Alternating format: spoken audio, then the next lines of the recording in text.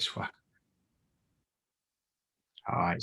So the way this is going to work, we'll just do one thing for each person. If you want to have some coaching on something, just one single thing, one single insight and stuff.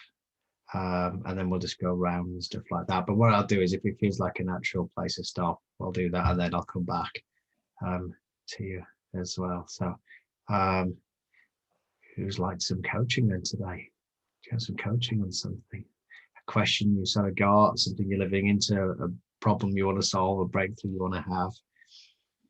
There's somebody that wants to go first.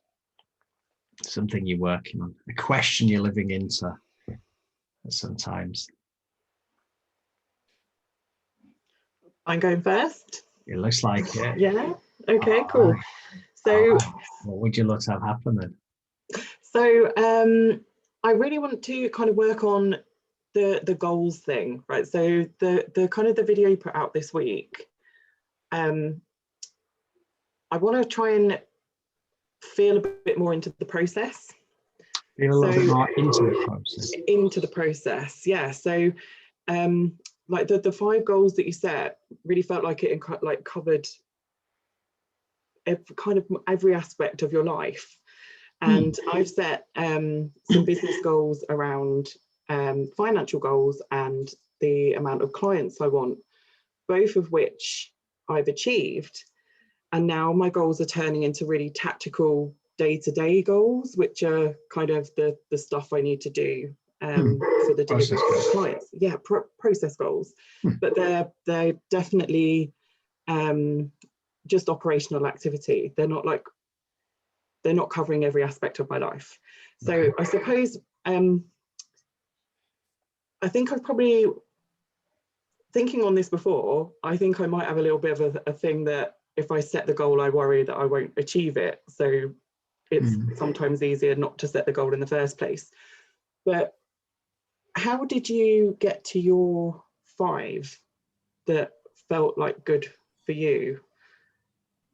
If I want to I want to replicate that. I want to go, right, what am I, maybe 5's too many to start with, maybe 3 that are outside the things I need to do every day that aren't client related and feel good, you know, like achievable, but are still a stretch because, you know, learning and growing feels good, but I'm also worried that if I set it, I'm not going to fulfill it, or I'm not going to reach it. Yeah. Okay. Well, you're more likely to achieve a goal if you set it and if you share it. We have this sort of inbuilt accountability thing for us as humans, so we're much more likely to achieve it. So I would say, yeah, set it, and if you're feeling brave, share it. Okay. So as I did it, I work it backwards. What I sort of did, and I encourage everyone to do, is to say, well, what do you want your life to be like? Do you know, what would having an awesome sort of time in life actually be? And then start from there. So I looked about all the things which I really love and care about, which are the things which are important to me. And I started with, you know, family. Do you know, what does it mean there? And then worked back from that point. Do you know, what would I be doing? Do you know, or the question would be, how would I know that I'd sort of nailed this? And it was because I'll be doing more of that, or I would have protected that part. There's other, I think in the Facebook group, there is some other facets in there, like intellectual life and, you know, learning. I think I grouped a couple of them together. But as a general process, that's what I did. And it just felt right for those things. It felt like those things were missing or needed to be protected the most. And then from there, once I'd got that year goal, I just asked myself, well, what felt like progress 1 month from now in those areas? And then from there, what would I have to be doing to the actual process of doing it? Because it's the process that really it's the process that makes the goal happen. The goals don't achieve themselves. That's the outcome goals. And that's a big area that people sort of miss when they're setting goals. Does that help? It really does. How does it help? Because it's very simple. Start with what you Wonderful. want. It doesn't have to be like, complicated. yeah, I'm very good at making things complicated. And it doesn't have to be grandiose, does it? And huge. And like, I felt like I've been missing a bit of a trick, you know, in kind of where should I be focusing? What all the shoulds, what should I want? What should this look like? But just starting with what do I want?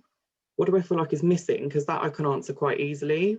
Yeah. And work backwards to, okay, what would it look like? That's the bit that's missing. What would it look like if I had that?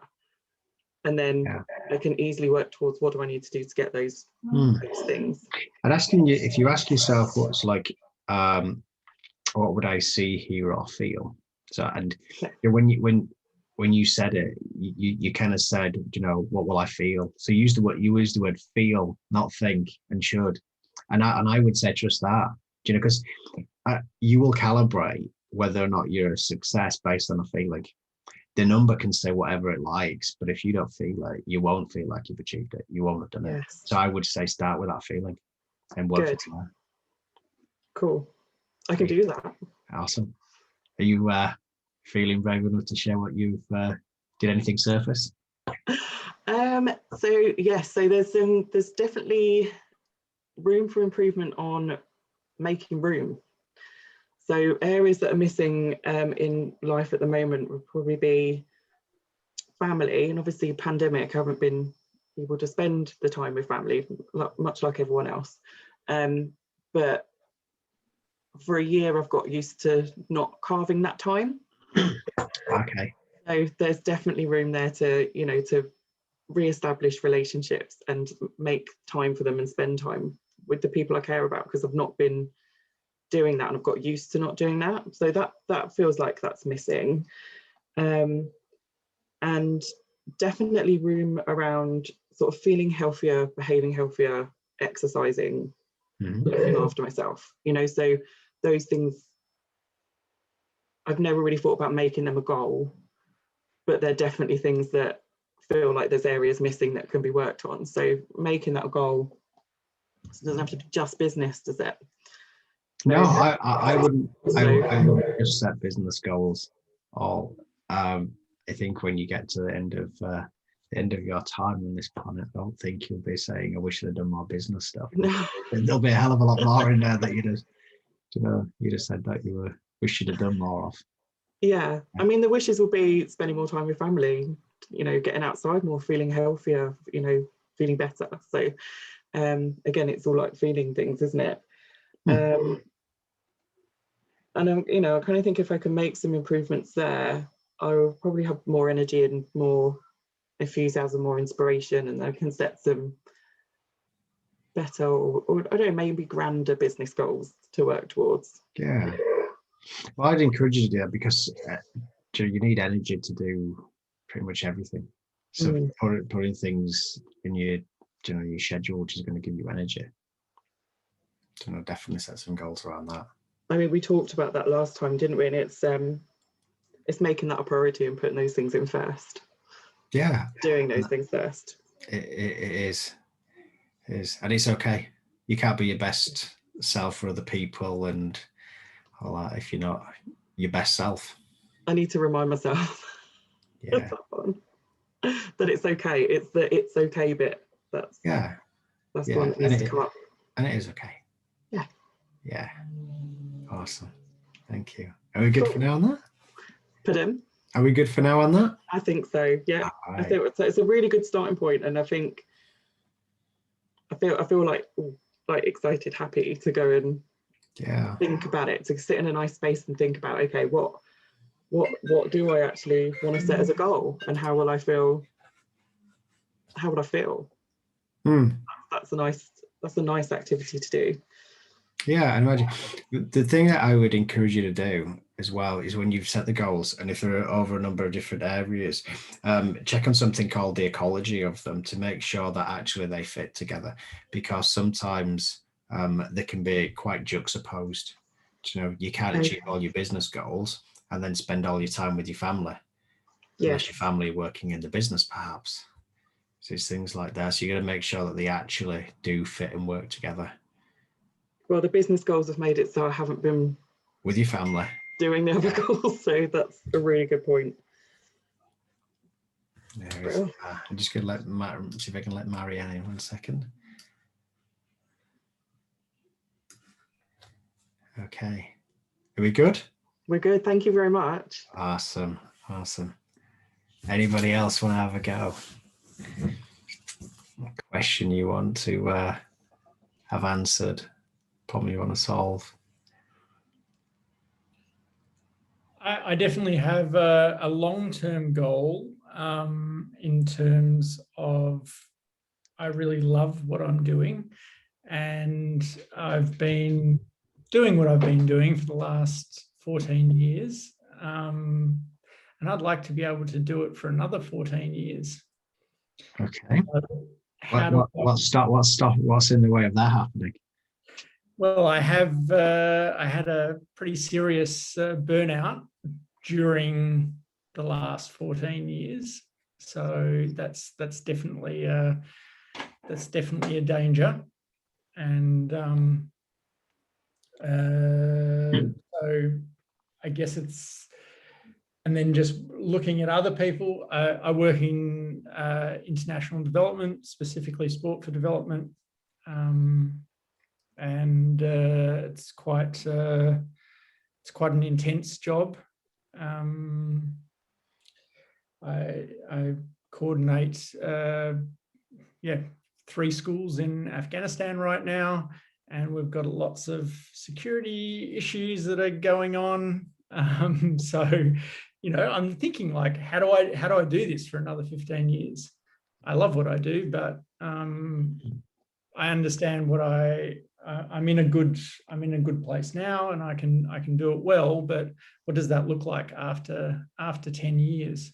Are you aware about what drains your energy in that sort of space? What is it that sort of drains? Yeah, I think that it's not necessarily about. Work drains energy. I think it's more specifically about really carving out time to regain energy, and I've worked out how that happens. And that's scheduling time during the day to go for a walk, and then sticking to it. Yeah. It's in the schedule. It doesn't always happen. Why doesn't it happen? If it's scheduled, why is it not happening? I let other people put things in my calendar that go over the top of it, and then I accept them. So I think I have to What do you think you might want to do about that? Say no. Get better at saying no. Yeah. So it's also, so yeah, that I understand what things, how to keep energy up, and that's definitely carving out time to recharge, which includes going for walks, doing other types of exercise, making sleeping well, meditation, yoga. Lots of these things all help me a lot. Journaling, but then I'll be good at it, and then I won't do it for a period. So I don't want to. It's sort of, how can it be preventative rather than reactive to a situation where I start to feel like I'm not actually in control, or having lower energy. Do you know why you stop? Pardon? Do you know why you suddenly stop doing those things if you know that they're so good for you? It's just about I'm not a very consistent person. I think that's. Is it? Would it be okay for you to be inconsistent as long as you was aware that it was starting to have an impact again? You started them up.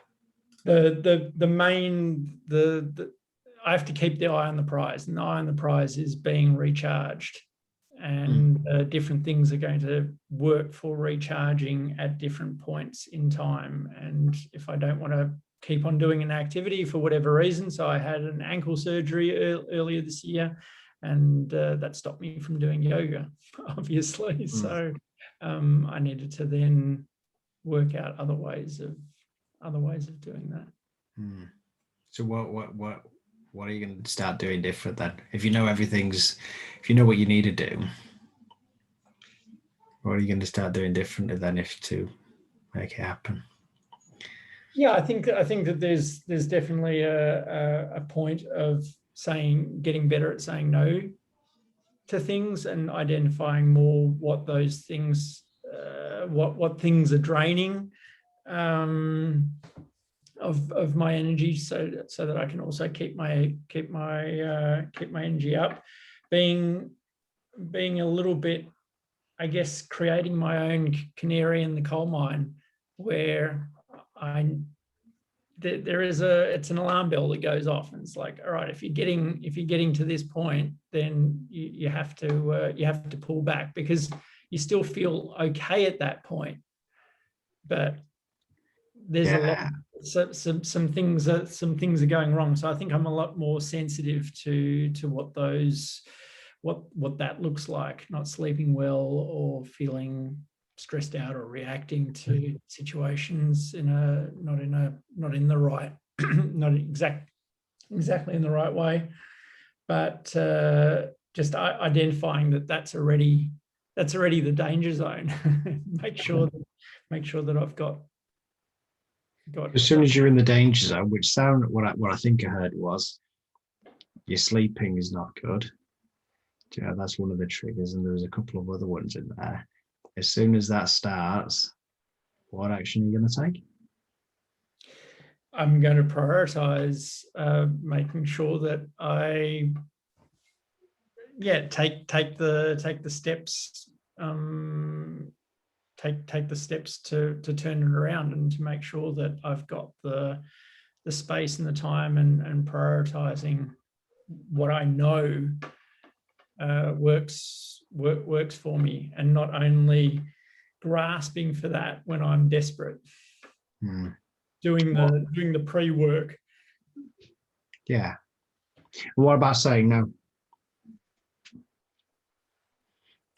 Saying no to people and owning your diary, owning your time. Yeah, that's a part of it, and yeah, I think I have to practice that. I have to practice the saying no part. What would practice look like to you? Where could you practice? I could practice with no's that are easy to say, and start to work up towards the much harder ones. A big part of my job is fundraising, and so I have to raise around $2 million a year for my nonprofit, keep everything going, and donors are all over the world in different time zones, and if they contact me, I usually jump at any time of day or night, and that could be a place to stop jumping and carve out my time. So it's not really saying no, it's saying not now. Yeah. Would that be okay? That would be that's totally okay, and just setting boundaries. This time of day, I know is not a great time of day, and so yeah, you invited me to this meeting and I said yes. And I would usually, You should say, I brilliant. I love that. I should say no, because So I know that it's, so next time you can practice on me. Brilliant. I love that. Thanks, Sally. So are you clear? Do you know what you're going to say no to? Do you have a clear area where you're going to say no? I'll think about that now and work on some. All right. I might come back to that you. over the next 5 minutes. I might come back to you. All right. Thanks, Sally. Would anybody else like to work on something with me? A problem or a question? A breakthrough in anywhere? Robin, I'll go. Hey, yeah. Hi guys, my first time here. Robin, as you know, like Oliver, I'm very passionate with the things that I do now, and love the things I do, and enjoy many facets of being a business owner and a startup really. So what we kind of underestimate of doing this is that because the solution is a B2B solution, selling it's taking a long time. Sometimes can be 6 months, 12 months, even over a year to try and close a deal. And that kind of stretches the limit of my personal life as well. And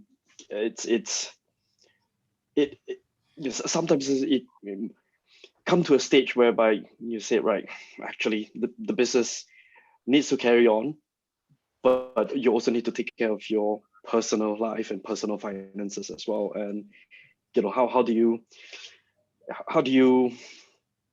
choose which is priority, and at what point do you say, right, it's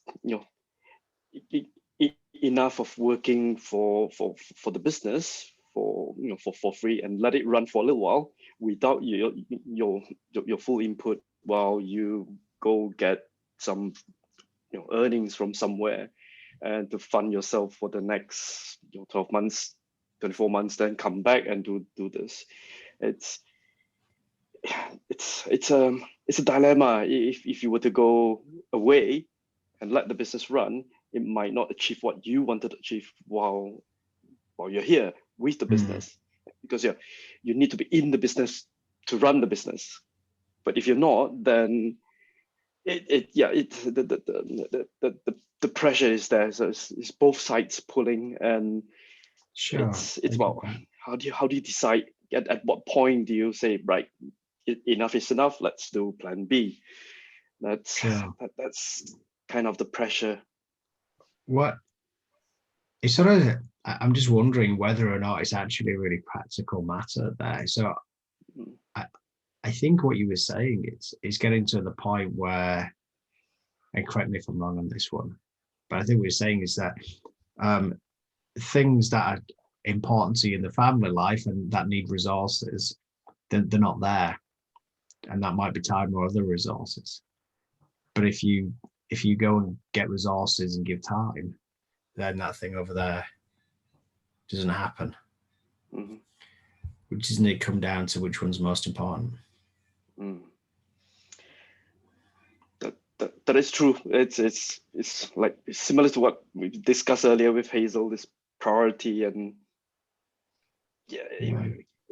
but both are important. If I don't work on the business, then it's like, right, it won't run itself. Then how can I make it work without me being there, while go and do some earnings and be able to fund myself and fund the business as well, while it's still growing. So it's incredibly difficult. Okay. Just so I'm on the same page, Johan, are we saying that it's about going and getting, doing some other consultancy, which is not directly related to the business, so that you can, pay for things and stuff like that? Yeah. Okay. Well, what sort of occurs to me is that there's kind of a necessity element to that, you know, where you have to do some things, and the business, you know, it might slow down a little, but it'll still be there when you come back. Do you agree with that? It it should still be there, but the B2B selling, there's also, you know, the monthly expenses that's going out, the pressure of trying to, you know, close some sales and make sure that company will self-sustain. Then you can, you know, be more, have a little bit more freedom to say, right, okay, that's, you know, my babysitting job is done. Now next thing is take care of myself. Then I'll come back and you know, maybe a bit of hands-off approach to running the business. But we're not quite there yet. So it's like, right, I can't do that, but I need to do this. Then it's about how, like you say, how do you, which is more important? How do you prioritize? You said you said you needed to do it. Do you know? Do you really need to do it? Is that where you're at? I'm not struggling like, right, I can't buy food. It's not the case. My wife is working full time, but the longer I drag on, the longer that means in your personal finances is just not growing. Yeah. Or not sustainable in the long run. Yeah. So and I'm not been a breadwinner for the last 1.5 years since lockdown, really. So it is, but I do enjoy what I do now. That's the dilemma. Yeah, and so what's the, if I was going to ask you, what's the, I guess the single question that you saw living into? What would you say that single question is? Do you know what rolls it all up? I think it's personal stability in a medium term. That it's that is quite important, really. So I don't want to be in a stage whereby the business is not there and the personal life is not there either. So then I've got both sides that I need to worry about. So if I know that the business is still growing, and if I can kind of top up on my personal side of things. Yeah. So how would you know that you come to that sort of crossroads where where it was no longer a choice, where you knew you had to do something different? How would you know? Very simple. When your wife starts to shout at you. As your wife started to shout. I'm just joking. We had various conversations around it, and it's about, right, knowing, do you plan now? Do you plan in 6 months time? Do you plan in 12 months time? When do you start planning for the plan B? And that's where it's just that thought is always at the back of my mind. Yeah. Well, one of the things that popped into my head, occurred to me, was, if you've been doing this a while, can you extrapolate and project and see when things are going to be different? Are you in a position to be able to do that? It is very difficult. Reason being is it's a B2B product platform, and it is that there is a cycle of every 12 months. It's a seasonal seasonal sale, really. So like, for example, January, February, March, we're swamped with requests, and then suddenly April onwards it's just drop off, and then we now need to prepare for the next lot that's going to come in. So it's and assuming that you convert 50% of that initiatives, the demos, then that will funnel through the onboarding, but it takes a long time for the whole process to happen, really. So so projection wise, it's rather difficult. You don't know how long each organization's buying cycle is, and how long that piece of string is for them. So it is, we did try to predict or project, really, but it's a bit difficult. So knowing what you do now, are you aware of how, on average, how many of the people that you have these initial demos with get over the finish line? Can you use that information to predict where you're going to be at a given point in time? Yeah, we can. It's probably about 50% of kind of conversion rate, really. But depending on the size. So some are few hundred users, some are few thousand users. So it really depends on the size of that deal, really. So okay, I understand. So you can predict the number of businesses you might get over the finish line, but not necessarily what that's going to turn into from a monetary point of view. Yeah, I see. Okay, are you clear? I know you sort of tongue in cheek sort of said when your wife starts shouting at you, but are you actually clear when you don't have a choice? Probably in about 6 to 12 months time. 6 to 12 months time. But I don't really want to wait that long. Yeah. Because it's too late and then you're panicking. Yeah, yeah. It's just a useful way to sort of like orientate yourself. So if you know that you've got 6 months before things become really difficult, that sort of gives you 6 months worth of sort of space and leeway. How would you know if your strategy is working in the business?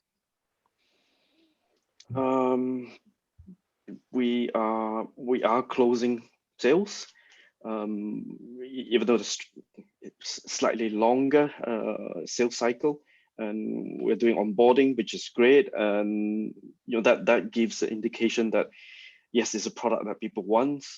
It's about knowing how to sell, really. Because is that, are you sort of saying that that's the problem here? It's a selling problem. Selling the okay. Well, Robin, you know me. I'm more technical guy than a salesperson, so I'm not good at selling. But we've got a sales manager that we will hire someone that does the sale.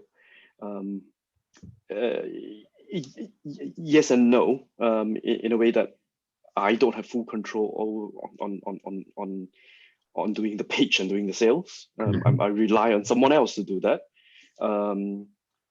and it does take. We know that it does take a long time to close, or we could be because we don't have that experience in B2B, closing deal with B2B, which may be an issue that that we might have as a business. Yeah, potentially, Robin.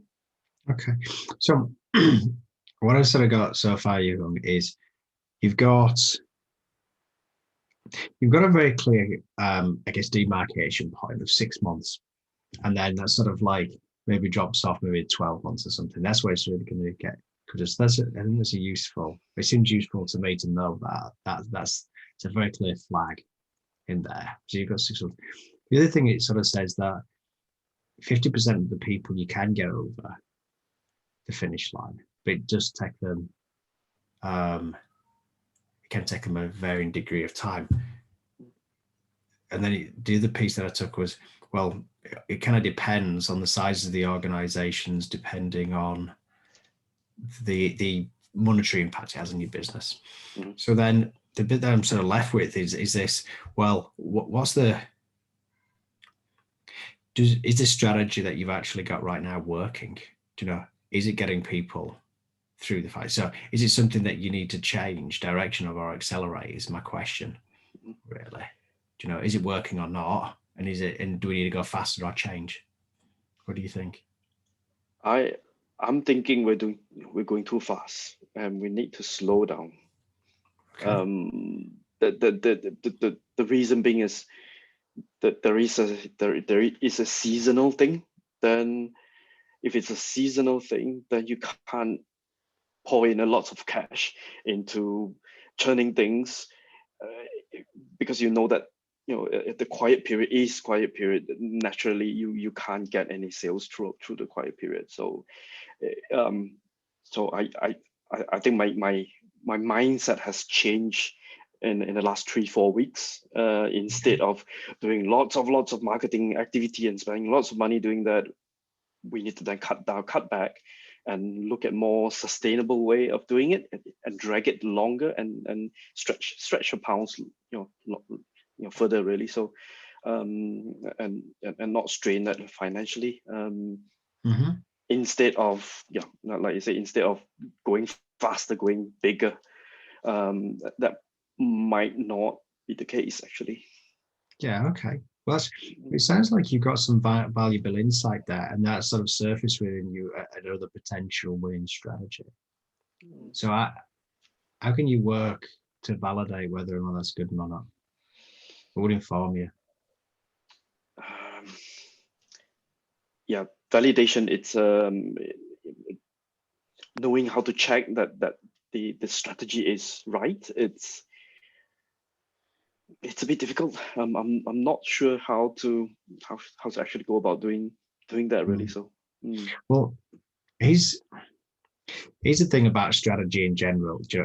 It's, we call it strategy because it's kind of unknown. If it was known and predictable, it'd be called a plan or something, you know, and everybody would be doing it. So it's always going to have that element of unpredictability, you know, and that's part of the adventure of being in business. But what I get a sense of is sort of like having, you know, if you've got an idea, having some other people look at that idea and give us some thoughts and feedback might be useful to sort of getting us to that sort of space. Who do you think could be, you know, who have you got to look at the detail with you? Find somebody that can actually go through that detail with you, sort of like validate. Yeah. Okay. Yeah. That would be a good suggestion. I'll probably have to look into that. Yeah. Okay. Good. So will you do that? Is that something that you think you'll do? Yeah, definitely. Yeah, definitely something that I'll look at doing. Okay. Awesome. Thank you, Johan. Cool. Thanks, Robin. Cheers. Anybody else just work on something, question you're living into, a breakthrough you want to have, an idea you want to shape?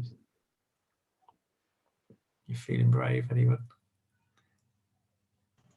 I don't mind, just if I want to say about Oliver, what you said about you're an inconsistent person, and that really that really resonated with me, because I thought, oh, actually I do things that make me feel better, and then when I was sat in that moment thinking about what you said, I realized I stopped doing the things when I feel better, and then restart them again when I don't, when I need them. So, and I thought, oh, actually, is that inconsistent, or is that just doing things that, you know, help when you need them? But I don't necessarily maintain those things that I know help me because I feel better at the time because I've done it. And I think for me, I'm not going to let that be a negative thought in my head. Actually, that's just something I know about myself, that when I feel better, I stop doing the things that make me feel better. And then I know that I've got a toolkit that I can go back to when I need them again. I 100% agree with you. Hey, what I would say is, what occurred to me was it's a little bit like, you know, eating. It's sort of like when you're really hungry, you do something about it, and then when you're not hungry, you kind of stop eating. Yes. And then when you become hungry again, you'll just eat something else. And we don't get upset about that, because that's okay. You know, we do what we need to do when we need to do it, and when we don't, we don't, and that's okay. So I wouldn't beat yourself up about that. Oh, good. I do think there's an element of pressure to do all the things all the time. you know, do all the journaling, have your dance parties, do the yoga, do all the things that make you good all the time, so you feel good all the time. But of course, if you do the things that make you feel good and then you feel good, you're not necessarily as compelled to carry on doing them because you feel good. Does that make sense? So then the compulsion comes to do it when you don't feel so good again. So for me, it's about flow, and I feel I'm okay with that flow, that Yeah. I'm okay to jump back in and do the things that I know will help me when I want to do them, and I know that I need to do them. I'm not going to beat myself up for not doing those things all the time. No, you shouldn't. You shouldn't. You just do what you need to when you need to do it. Do you know? And what I just ask is what are you doing for what purpose? And if the purpose doesn't exist anymore, then why would you do it? Why would you keep doing it? Yeah. Yeah, and just be okay with that. Awesome. Anybody else like to work on anything with me? No? All right. Can I ask something? Sorry, Marianne. Can I ask something? Just something that happened today. Yeah, Carsten. So, excuse me, I've been networking for the first time today, face to face, which was lovely. It was great seeing everybody and being out in the city and being just networking. And whilst I enjoyed it, I came away and I was on the train, and that feeling of kind of, I'm not as successful as them that I've just seen, and I should be, because 2 years ago or 1.5 years ago, when we were all networking, I thought, you know, at that time I was similar to them, but I came away feeling they'd moved on 1.5 years. And is it because, and then I start thinking, you know, do I put excuses in front of me? And I kind of retreated a little bit, and just what Hazel was saying in terms of trying to find that strategy. I was sat on the train and I couldn't find the strategy. I couldn't find the way of stopping me thinking that A, they were better than me, they'd done better than me in that time period, and B, is it because I put these big blocks of excuses in front of me that I'm not getting around? And that kind of made me feel a little bit disappointed in myself, and I shouldn't. So, you know, I wasn't sure why I felt like that, you know, seeing all those people, and even though I was chatting and working the room and everything else, I just came away feeling like, looking behind, thinking they've done so much more in that 1.5 years, or, you know, they seem to be doing so well. So was it that informed you that was the case? You see, and it wasn't that I knew, you know, anything about any of them in terms of, other than, you know, being people who are network. I don't, you know, you'd say, how's business? Oh, it's good, it's great. You know, how are you? I'm fine. Yeah, but, you know, I was saying the same things to them as they were saying to me. So there wasn't a reason, you know, they weren't saying, oh, you know, I've doubled my business or I've took on 5 staff. There wasn't anything there that I could actually relate to. There was nothing tangible. It was just this feeling that I had that you know, my website is still not how I want my website to be. I've got problems with, and even though I've got a plan for that, I couldn't find that strategy on the train to say, well, that's all right because your website's underway, and it's all right, you had your photographs taken yesterday for your website. It's all right because you've got back into, I couldn't find it. And that made me think, that made me concerned that I'm always going to have put those blocks in front of me again. Sure. There's a couple of things I'd say to that. The first thing, it sort of sounds like you're sort of comparing, you know, how you think they look to you versus how you feel, which is never a good strategy there, because we don't really know what's going on for somebody else on the inside. The other thing is that right at the beginning, when you sort of said that they'd sort of moved away, I started to wonder whether or not maybe it was you that had moved away to your own version of success. And then you realize the distinction between them and their version of success was different than yours now. What do you think about that? You sort of said that they'd pulled away or been doing something different. And I wondered whether or not, if there was a gap, how do you know it was them that had moved and it wasn't you? And you was following your own path of success. Mm. And you just look differently to theirs. Yeah. Yeah, that could be an element of that. Yeah. Yeah. The other thing I was going to say is, I think part of what you're sort of saying there is, it sounds like sort of like feeling like a little bit of an imposter, sort of thing. And what I sort of pointed out, and I might have shared this idea with you before, it's sort of like each and every individual of us climbs our own mountain. You know, and we sort of work hard and we get to the top of that mountain, and then we look out, and then we sort of see all these other people on top of their own mountains, and then we think their mountain looks so much more impressive.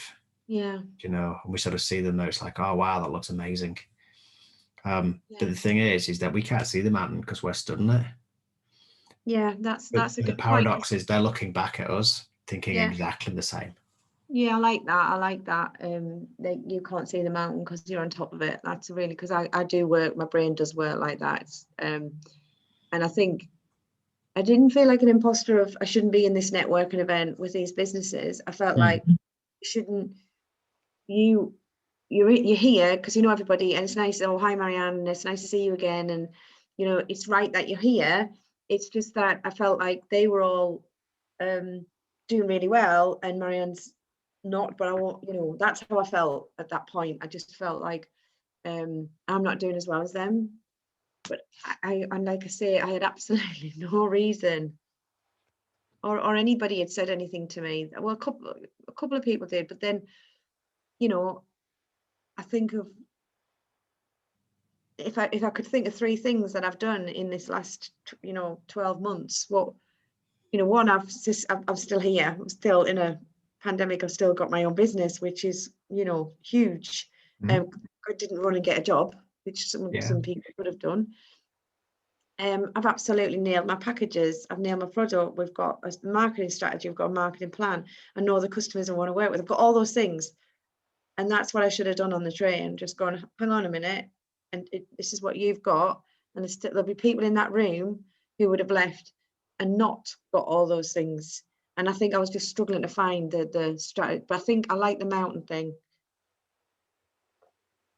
Because we're all in our own mountains. We just don't know how we all got there. That would definitely work with me. And the thing is about being success and comparing yourself to is that you've got to define your own version of success. My version of success, 5 years ago looked so much more different than it does now. Oh God, yeah, mine, yeah, definitely. Even this last 12 months is a different version of success. It's just what, keeping on that road and not, like we said saying the other day, it's not going down the avenue, it's getting back on that road, and that's what I need to do. And that's just, it's all right. But part of being there today was being on that road. It was developing my business. It was part of my marketing strategy. So I shouldn't have deviated then. I shouldn't have gone into that mode. I should have gone, you did well today. You were at a networking event to grow your business. It's part of your plan. That's why you did it. Shouldn't have come away feeling like an imposter. Perhaps you are just realizing that now. Yeah, maybe I am. I think I am. But that's okay, just to have that feeling, and now it's gone. Yeah, because if I think of it positively, which I am now, I reconnected with so many people in that room today that I've not reconnected with, that saw Marianne from Do and thought, oh, I know a marketer, I know Marianne does marketing, and that's what I should have thought, that the positive things, not the negative things. Yeah. How do you think you can remember that faster next time? Yeah, I think I think I've got to think in the power of 3, I think personally. So I could kind of go, well, shouldn't have been there. They're all doing better than me. I should be a success.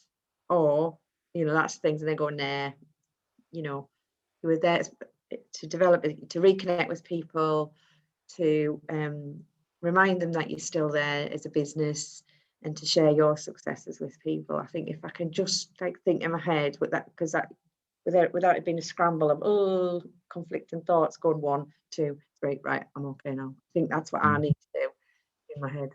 I think that will be really useful. The other thing is sometimes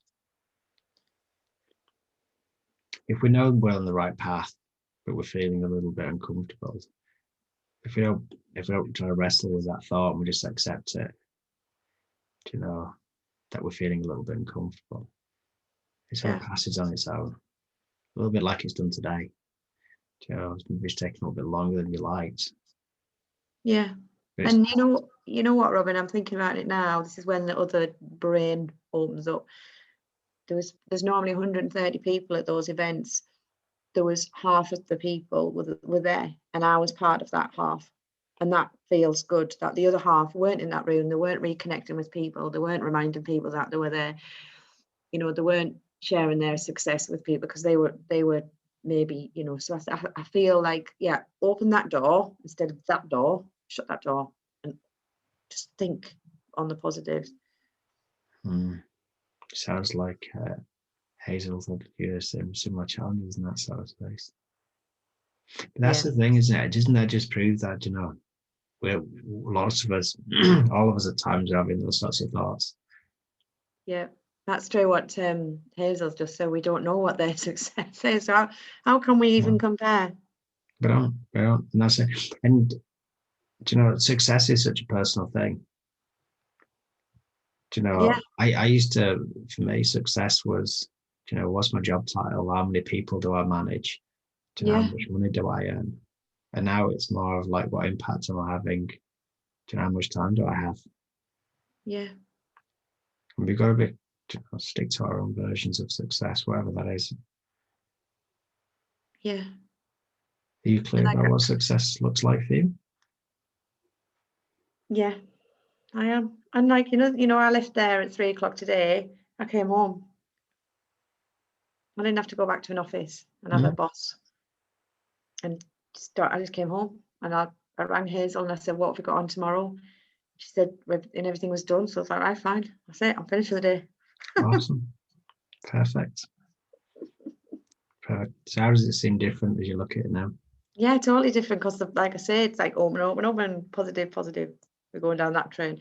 And it is with me. It's like going, whoa, no, that one. I get down that route and then it'll come. Boom. Yeah. Awesome. Very good. Good for now. Thank you. All right. Got about 5 minutes left. Anybody else? Any questions?